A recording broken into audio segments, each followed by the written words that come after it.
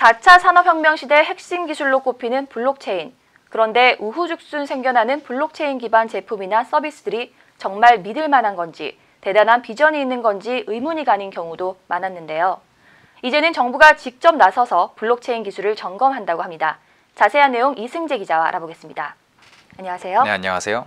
네, 이승재 기자. 이 정부가 만들겠다고 하는 이 블록체인 기술 지원센터, 어떤 일을 하는 겁니까? 네, 블록체인 기술지원센터는 내년부터 블록체인 기술과 서비스의 신뢰성 및 성능을 객관적으로 검증할 수 있는 평가 체계를 구축할 계획입니다.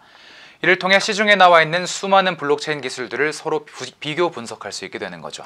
네, 근데 여기서 말하는 신뢰성이라는 게 정확히 어떤 개념이죠? 네, 신뢰성이라는 건 ICT 제품 및 서비스가 계획한 목적대로 작동하는 것을 보증한다는 개념인데요. 보안성을 비롯해서 프라이버시, 안전성, 확실성, 확장성, 장애 내성 등을 포함합니다. 네, 그렇군요. 이 말 그대로 개발업체에서 주장하는 성능이 그대로 나오느냐, 이걸 평가하는 거군요. 네, 그렇습니다. 네, 그 지난번에 블록체인 성능을 설명한 백서의 내용이 실제와 대부분 일치하지 않는다는 보도를 저희가 전해드린 적이 있는데요. 네. 이런 부분에 대한 검증도 이루어지는 겁니까? 네, 맞습니다. 업체들마다 자신들이 개발한 블록체인을 과대 포장하는 경우가 많은데요.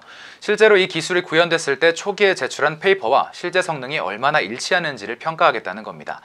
예를 들면 이런 거죠. 초당 수백만 건의 거래를 처리할 수 있다는 한 암호화폐의 백서가 실제로 일치하는지 여부를 정부가 직접 나서서 평가하겠다는 겁니다. 이때까지는 그걸 검증하는 곳이 따로 없었기 때문에 공공기관과 민간기관들이 피해를 고스란히 떠안아야 했는데요.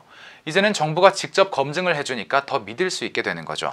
네, 이 정부가 블록체인을 검증해 투자자들이나 기관들이 피해를 보지 않게 한다는 거군요. 네, 그렇습니다.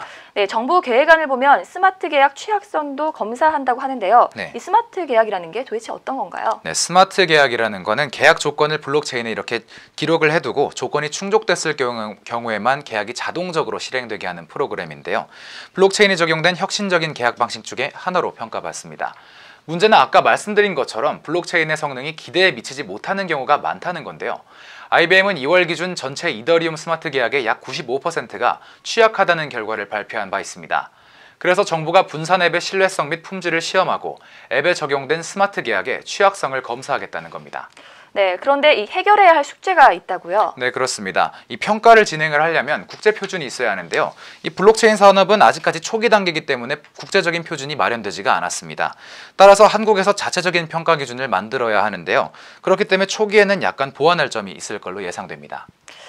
네, 이번 정책을 통해 우후죽순 생겨나고 있는 블록체인 플랫폼의 옥석을 가릴 수 있게 되었으면 좋겠습니다. 지금까지 이승재 기자였습니다. 고맙습니다. 고맙습니다.